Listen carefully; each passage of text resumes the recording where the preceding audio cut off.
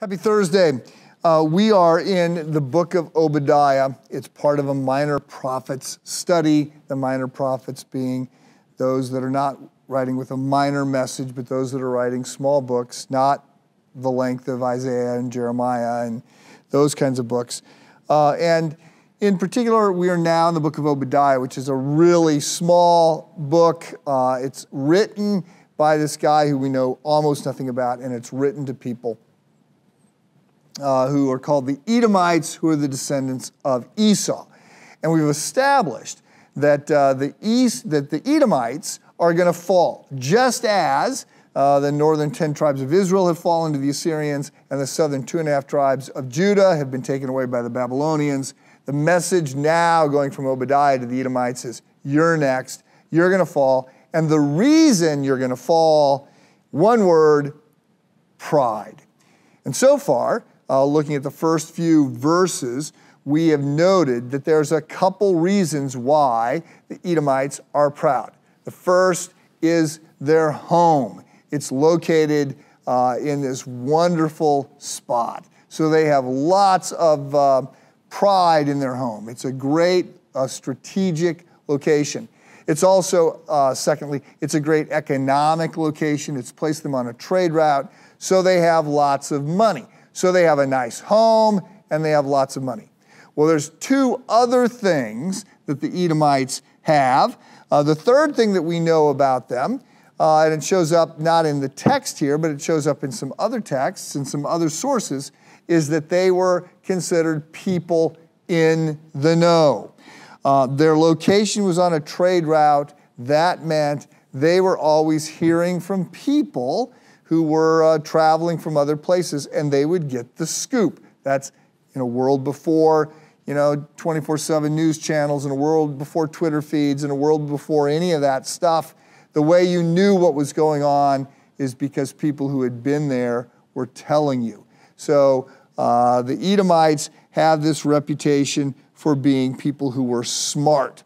And we know from Jeremiah chapter 49:7 that they have a reputation for being smart. We also know that in the book of Job, Job's 3 friends, who think they're smart anyway, were all Edomites. And then there's some suggestion that Solomon, when he's talking about wisdom from the east, is referencing the descendants of Esau as well. So they have a nice place to live in a very strategic, it's the right neighborhood. Secondly, they got lots of money. Third, they know a lot of stuff.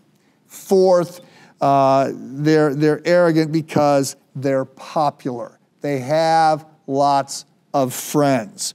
And they not only have lots of friends, they have the right friends. They were savvy enough to develop a network of allies, which meant that they always had other people that they could count on and rely on. So what we're saying here is that they have a wonderful and secure home. They have lots and lots of money. They have perfect SAT scores and plenty of friends. So perhaps that's you. And you may not say that that's you, but your friends would say that that's you. They would say, looking at your life, that that's your life. You have a great place to live, or great places to live. You have lots of money. You're smart, and you have lots of friends. Perhaps that's not you, but you wish it was you.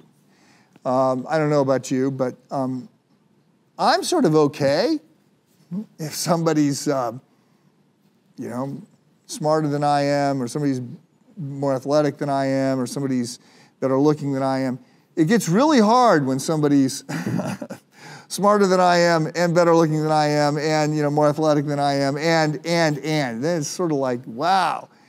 And if those people who are better in every way are also just incredibly nice, then it's like, oh my goodness, could I be more intimidated, right? So here's the deal, and we'll unpack this, but if either of those people are you, right, you're the Edomites, you got everything going for you, or you just actually wish you were the Edomites. You want all those things going for you. Sort of in both cases, there's a lot of pride involved there, and there's some harsh things that are said in this book. We'll pick this up later on. See you then.